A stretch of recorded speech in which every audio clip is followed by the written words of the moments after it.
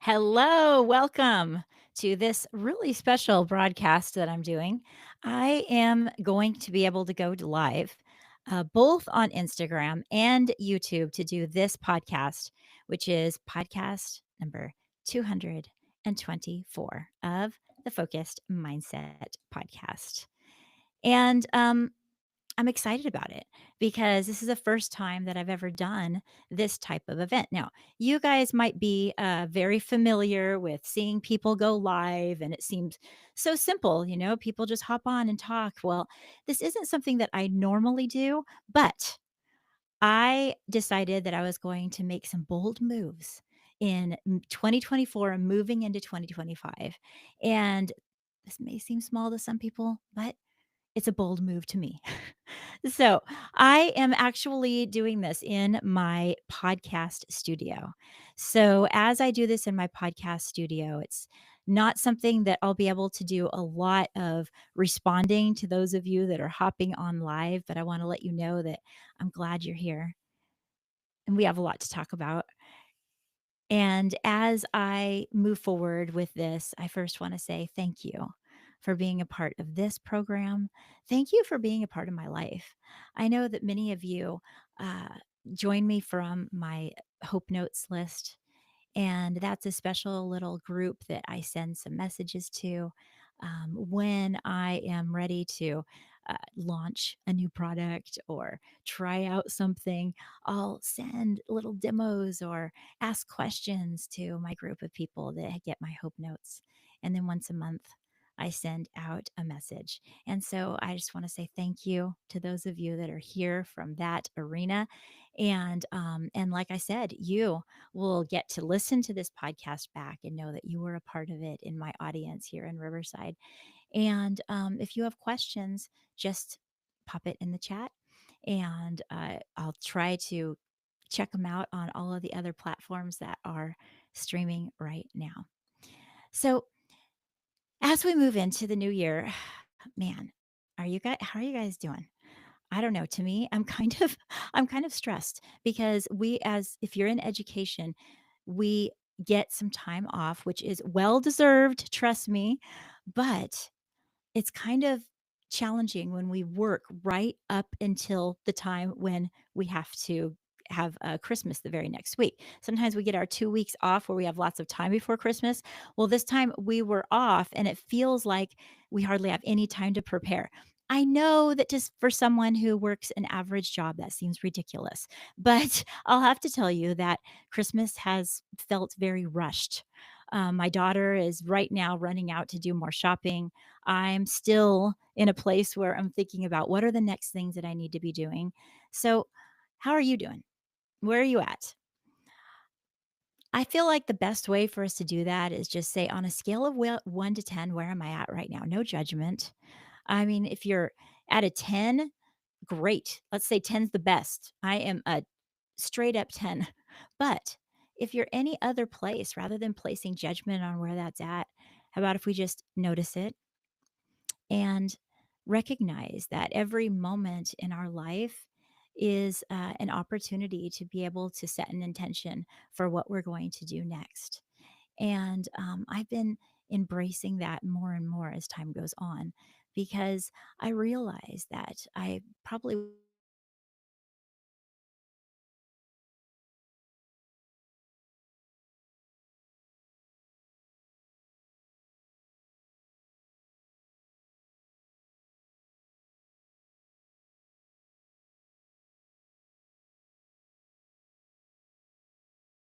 am walking in with an intention of being the person that I want to be, and also an intention of curiosity. And since I've done that, the things that I've done have been more enriching. I felt more peaceful. I felt more joy afterwards. And so I think when we just step back from judging, from saying, I'm stressed, everything's not going right. How's it going to go? And rather than that, just say on a scale of 10, where 1 to 10, where am I at now?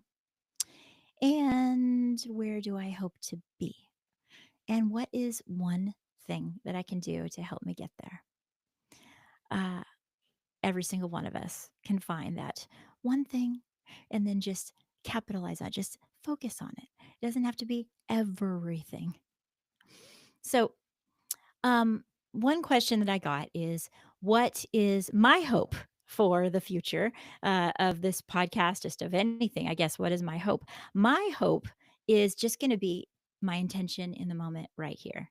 That the time we spend together is going to be able to bring peace and joy and give you an extra boost as you jump into the next few weeks of your life, whatever you have going on.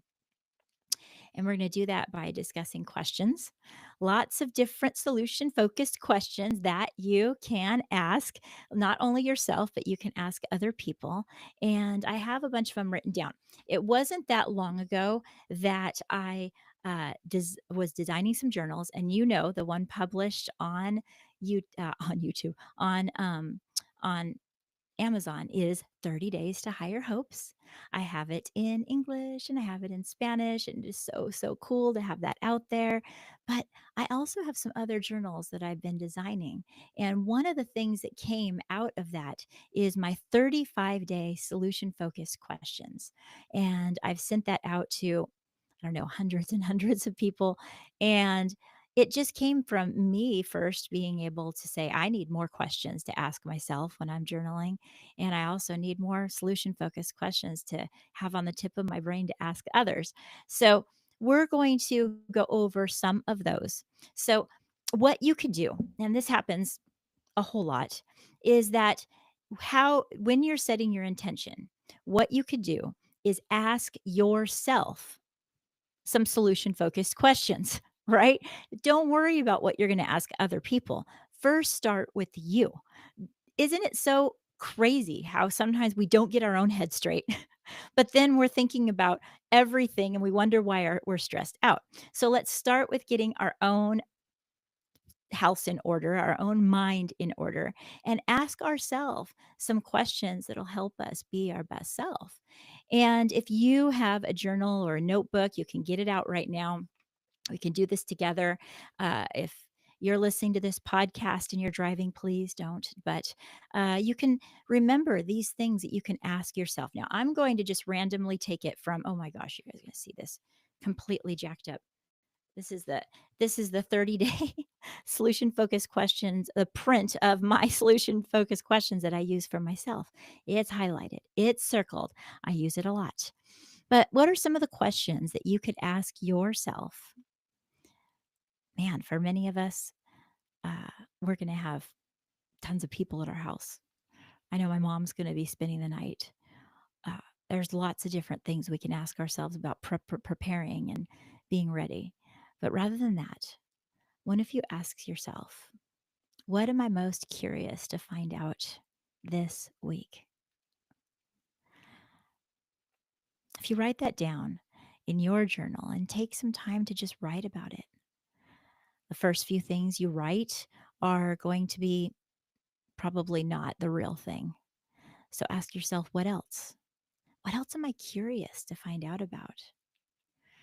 And then what else?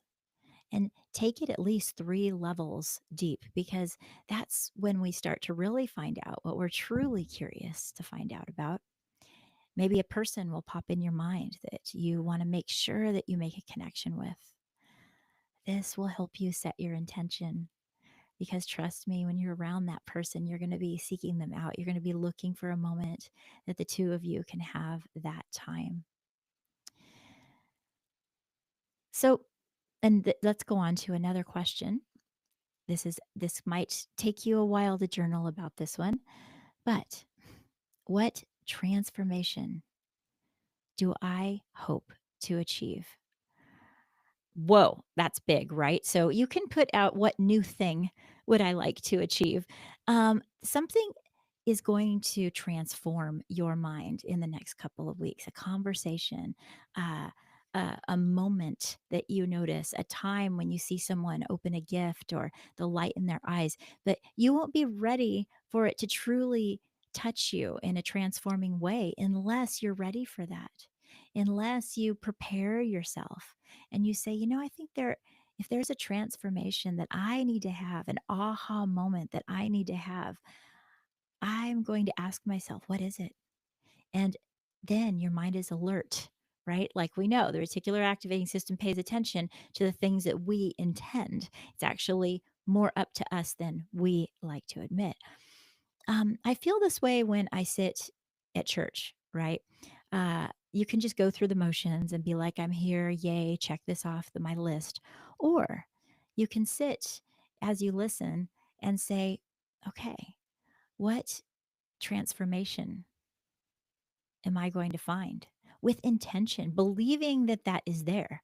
Not, I wonder if I will have a transformation, but what transformation will I find? What little nugget is going to stand out that I know I need to put in my heart and I need to walk with throughout this week, throughout this month, throughout this year? Um, I think those two questions just completely change how we walk into each new situation. Um, Man, I have 35 of these. I'll tell you what, if you DM me, send me a message, I will send these directly to you so you can have all 35 of them. And those of you that are joining me, I'll make sure you get them, that the ones that I already have your email. But that way you can look through them yourself and you can say, you know, what do I need to journal about? What do I need to pause and really consider when I'm sitting down? If you're celebrating Christmas and you're sitting down and finally everything is done, there's always that peaceful moment for us after we finally get everything wrapped and everything's prepared. And then you just sit and you have a moment looking at the tree and looking at the decorations, and uh, maybe you're alone or maybe with with a loved one, but either way, what are we thinking in that moment? Can we take a moment to consider these two things? What am I curious about as I move forward, and what transformation do I expect, do I hope? You don't know what it is yet, but that you're hoping for. That's that hope that we're talking about. You know, hope is believing that a brighter future is possible and knowing that you can take action to get there. What we place our hope in is very essential, though, because what we place our hope in is where our intention will be. So we need to do that carefully. If we intend on changing people, or our hope is that somebody else will get a really great message when you go to the Christmas service or whatever, then we are basically, that gives us a sense of panic and like, oh, I hope that happens. That's not what I'm talking about. I'm talking about wondering what you are placing your hope in. Totally different, because that matters. Is it just that you're going to, or not just, holy moly, is it that you're going to focus on peace? I had a time in my life where I had a picture on my wall that said something about peace, and it was something I read every day. And I decided that for that year, peace was going to be my number one goal in my conversations, in my where I chose to go, what I chose to do, who I chose to spend time with. Oh my gosh, did I fail? Heck yeah. There was tons of times that within that year that peace did not reign. But with that intention, peace was there more often. And and so I know that when you move into these places that you go, if you're not worried about what everyone else is going to do and you're worried about your own intention, it will matter. All right. So, with yourself all in order, with your mind squared away, then and only then should you take some time to prepare what you are going to be asking. What are you going to be saying in these conversations, right? I have had so many intense conversations, even in the week before I left as a school counselor. There was, uh, there was so many the week before I go off as a school counselor off for break. I always feel as though I want to make sure that I make a connection with all the people on my caseload, that I either have it they either pop in my mind in that magical way where you're like, "Oh, I feel as though they came in my mind for a reason," or I'm aware of a situation in their life that I know that there's a chance that this holiday season could be hard, more difficult than anyone would imagine. And, and I had one of those conversations, uh, and I also had an embarrassing moment I'll share with you. On Friday, my administration decided to do a surprise fire drill at the very, very beginning of the day. And we all walked outside. And then I decided to take that time to make a connection with one of the students that are so precious to me. And last year, around a little after Christmas, his father passed away. And and this is going to be his first year without that presence of his father in his life, and I wanted to make sure and talk to him and be there for him.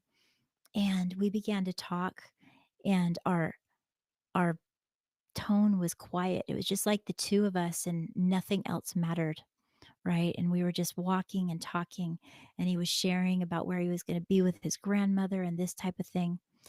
And what I didn't realize is that I was walking directly towards the bars in the middle of the playground at our school. Now, the bars, it's kind of like the uneven bars. We still have these old uneven bars. Our school has been around for a very, very long time.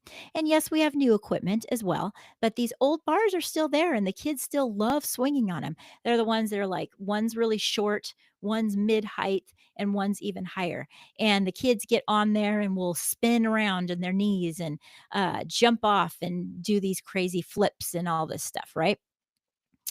Um, I didn't realize that I was walking directly towards the middle bar, which just happened to be right around where my forehead is. And I'm looking down and we're talking. And all of a sudden, kablam! I just ran directly into this bar right across my forehead. And I could just feel, like, my glasses. I'm thinking then as this child is in this moment, I'm thinking, "Oh my gosh, do I have a bloody nose? Did I just knock myself cuckoo? Like, what happened? Is my vision blurry?" But somehow, and I don't even know how, somehow, if anyone saw, they didn't say anything. There was no ruckus about it. It was just like blang, boom, and then we just kept being in the moment. And I just put all of my energy into what he was saying and then found a bench and we sat down and kept talking. And then, of course, that other dialogue in my mind is going, is there like a huge lump beginning to show up on my forehead right now? Or, I'm checking my nose. Is there any blood? None of that happened. I It wasn't that big of a bump. Apparently, I don't even have a bump, but wow, in the moment, it's so embarrassing. Have you ever been to a place where you're just, like, looking down at your phone or whatever, and you just run right into a pole or something? Like, oh my gosh. But I will say that my intention was clearly set on that student that I wanted to be in the moment with, and somehow I was able to. He did not even notice that I bumped into it. Um, I think he may have noticed, but since I didn't react, he didn't react. If that's kind of a little trick with most kids. If you don't react, they usually don't.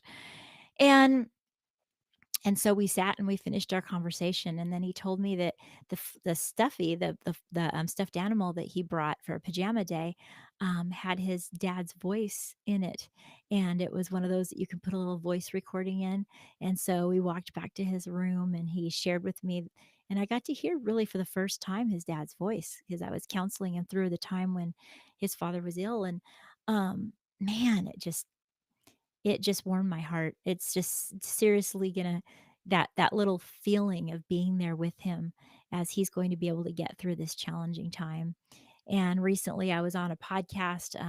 Hello to those of you that are here after hearing that I'm going to do this from that podcast, the Joy Revolution podcast. And it asked me, like, how do you counsel kids when they're in such a low place that they don't have any hope?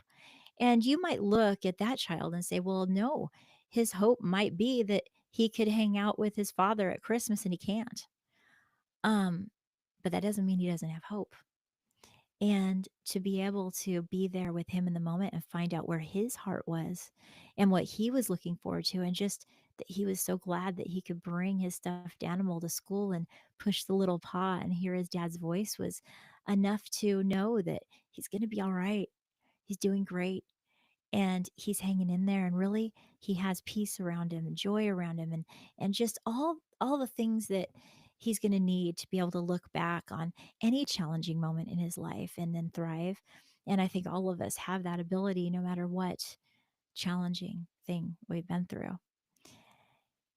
Now, also thought about something else. Hey, we're live. When I do a live podcast, you never know what I'm going to be thinking about. I just thought about those uneven bars. Are any of you guys, did you ever play on those? I know it's usually the girls, and they're usually doing like the dead falls where you put both your hands out and then fall straight back. In second grade, I loved doing this. I mean, that was like my number one thing. I wanted to run out to the bars and play on the bars for the entire recess if possible. And I had blisters all over my hands from those rusty bars. And I remember that I was getting really, really good at dead falling back and then flipping and landing on my feet. And oh, the girls just loved doing this all together. Until one day I witnessed one of the girls doing that same dead fall that I had done many, many times, flipping and landing on both of her arms. And both of her arms were broken. And that was the first time I'd witnessed that kind of fall.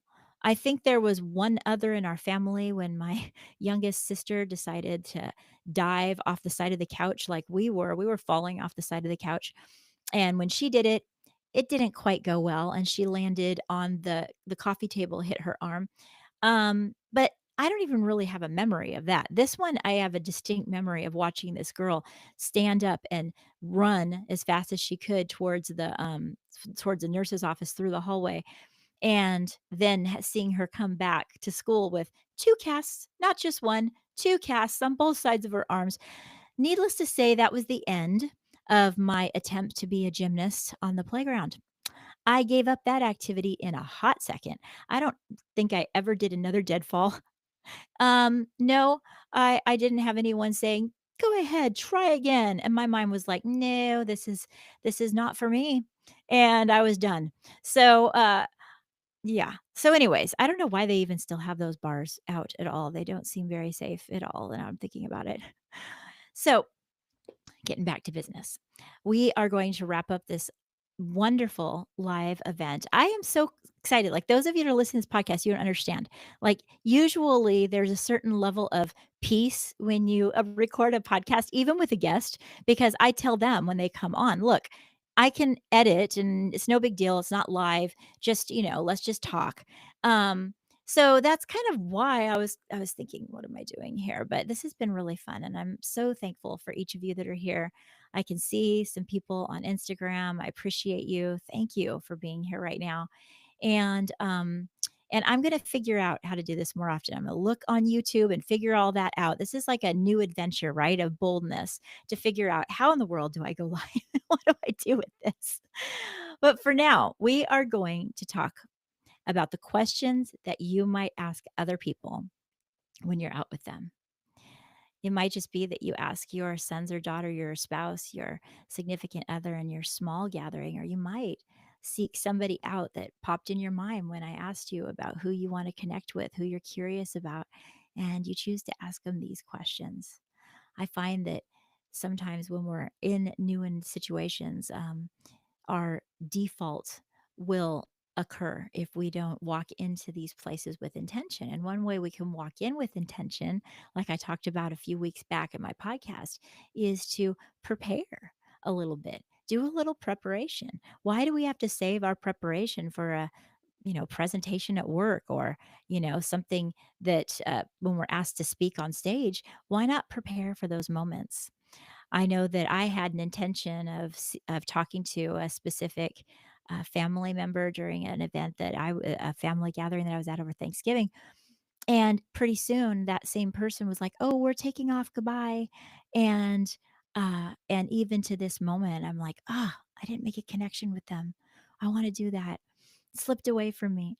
I mean, I'm glad I had the intention because now she's on my mind and I've been able to connect in other types of ways. But our intention is important. So we're going to talk about questions that you can write down. You can just have them in your brain, and which ones come up, I don't know. But what if you asked somebody, what has been making you smile lately? I love that because people sometimes have to step back and think, and it might just be their favorite chocolate or something that a show they watched. And it really doesn't matter what it is, right? There's no wrong or right answer. What's been making you smile lately? Ask someone that. What about what new thing is happening in your life right now? I love that rather than the pressure of a lot of people are walking around feeling the pressure of having to share. Maybe some stuff hasn't gone so great, or they don't want to share everything about their new job, or they're kind of hesitant to talk to you about their entire new relationship that's just come up, or um, there's all kinds of inner dialogue that those people that you're talking to are going through. And I feel as though this can be so uh, disarming and really conversational in the type of way that's low key and relaxed when you just say, "What new thing is happening in your life right now?" They could share anything. And then be curious. Um, if you guys are like me, where the thing that you struggle with is to, if there's a stop in the conversation, then you're just going to fill it with words. That's sometimes my worst thing. Is it? Oh, wait, no one's talking. I guess it must be my turn. I've been working hard for a long time to break that. I'm proud that usually I do. Knowing the right time to break in with that is so important. Some people take longer to think. You don't want to say, "Hey, what's been happening new in your life?" And then the moment they share one small thing, "Oh, well, let me tell you what's happening new in my life." La, no, that's important to share. People are interested, especially when they ask, right? But you want to be able to be in the moment with them and celebrate the thing that they have going on in their life.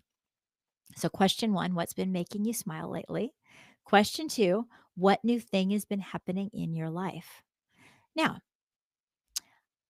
here's it goes a little deeper, right? A little more. We're gonna each of these are kind of gonna be an added layer, and you'll use them depending on what's happening in that conversation. But what are you curious to learn more about?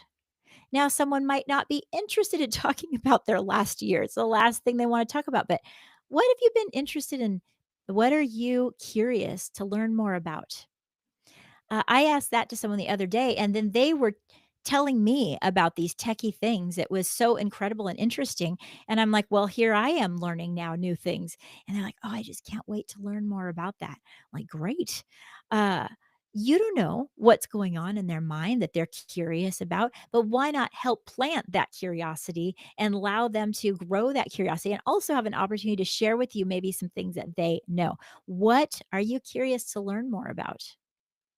And the next question is, what is your best hope or what is your intention for the next chapter in your life? Another future focused question, another great future focused question for you to ask yourself, as a matter of fact. What is your best hope for the next chapter in your life? What is your intention for the next chapter of your life? Maybe something's been hiding that they just want to get out. Half the battle sometimes of us getting started with new things is just being able to talk about it with somebody and not keep it up in our brain. And you could be the person that gives someone that opportunity. The next question is, if you could get rid of any fear or anything that's holding you back from doing that thing, what would be different? You know, some people also, especially some guys that are holding on to a little bit of macho things, are like, I don't have any fear. I don't have any fear. What are you talking about? I'm not scared of it. But trust me, everyone holds on to fear about something brand new that they're doing, whether it be a new relationship that they're entering into, a habit they're trying to quit, a venture, a new job they might want to enter into, or just a personal goal. I wonder sometimes if half the reason why we don't follow through with our New Year's resolutions, as you say, has nothing to do with our ability to stay focused on it, but just the fear surrounding it that we sabotage ourselves and choose to focus on something else instead. And our original plan kind of slips away. So, what a cool thing to ask someone, what if the fear wasn't there? What would be different? What if whatever is holding you back wasn't there? What would be different? I know when I ponder that, I begin to move into that imaginary space. And it feels like, yeah, but that's just imaginary. The fact is, it is here. Let's get back to reality, folks. But I'm thinking that by asking that question to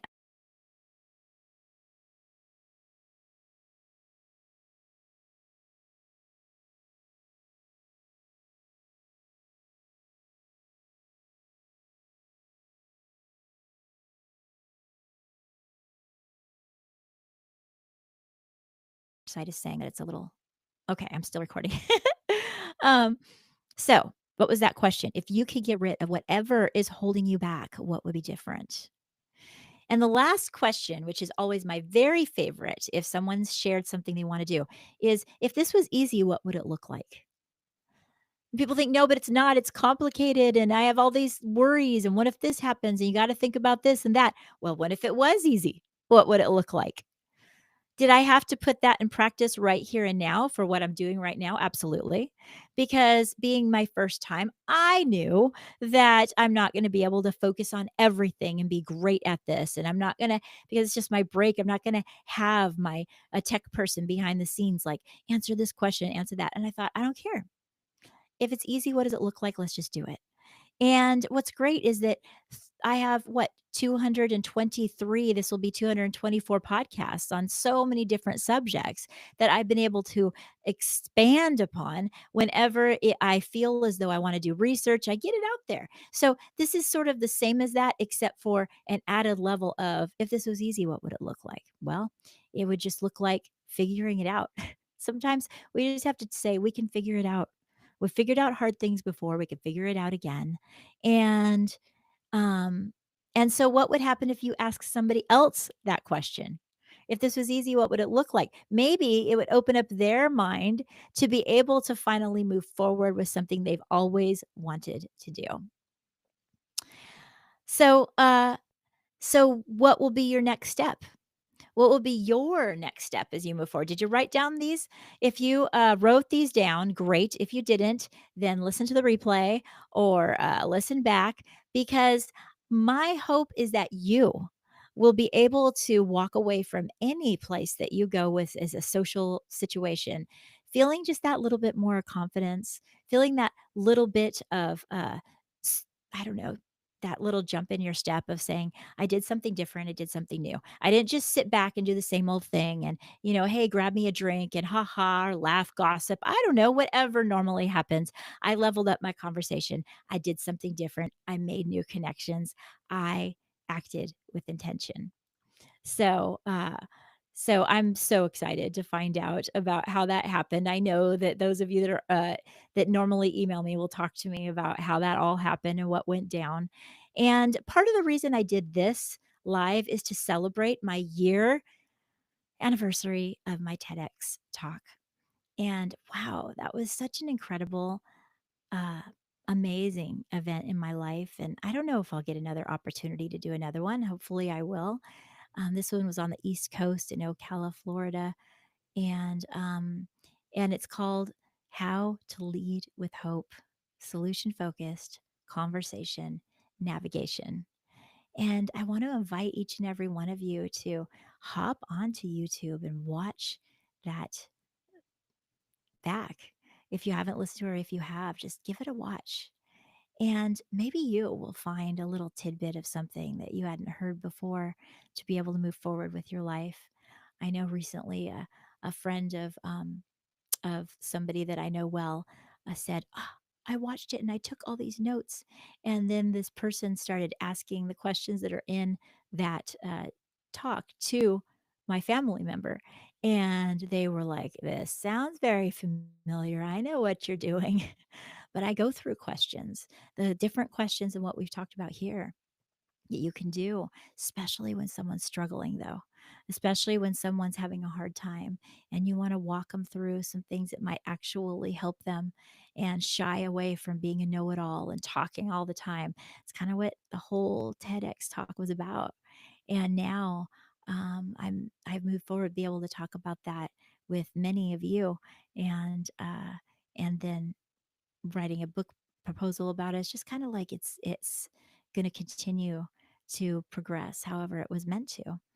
And so I wanted to do this as a celebration. It's what kind of pushed me forward to do it, to kind of say, wow, that was so cool to have that year anniversary and have a whole year of watching that thrive and grow online. Such an incredible blessing. But it's continued to help me to challenge myself to do better, to do to do above and beyond in a peaceful, calm way of communicating in an effective way. I have an aunt, an Aunt Bobby, who is amazing at locking in to asking you questions and finding out about you and being curious. And she's gotten a lot of flack about it because people will say, "Oh my gosh, she's going to pin you down and ask a bunch of questions." But what an amazing gift that she's given to so many people over the years, not being so quick to just share everything about her life, but to be able to say, "I want to know about what's going on with you. What's God doing in your life right now? What's moving in your life? What's happening?" And just the eye contact and being locked in, it's a gift. Now, you don't need to be too intense. It's okay. You don't have to get too intense with people. Maybe my Aunt Bobby got that because she does get a little intense, but that's her, right? That's her vibe. But you can do it in your own way to say, I can be curious with other people, right? So it's encouraged me along this whole year. I've had to keep myself in chat check. And when I screw up, I have to regroup. And when I get anxious and freaked out and communicate all wrong, I have to roll it back, try again. And we're in this together. So, right now, I want to invite you, if you have been thinking about ways that you can challenge yourself to grow and have more hope in your life, hop over to Amazon right now. Pick up 30 Days to Higher Hopes. It's a journal that is rooted in the hope of the science of hope and all of the research of how much hope truly makes a difference in our life. You can get a copy of that in English, you can get a copy in Spanish, and that'll be a great way for you to jump off into this new year. It's on Amazon.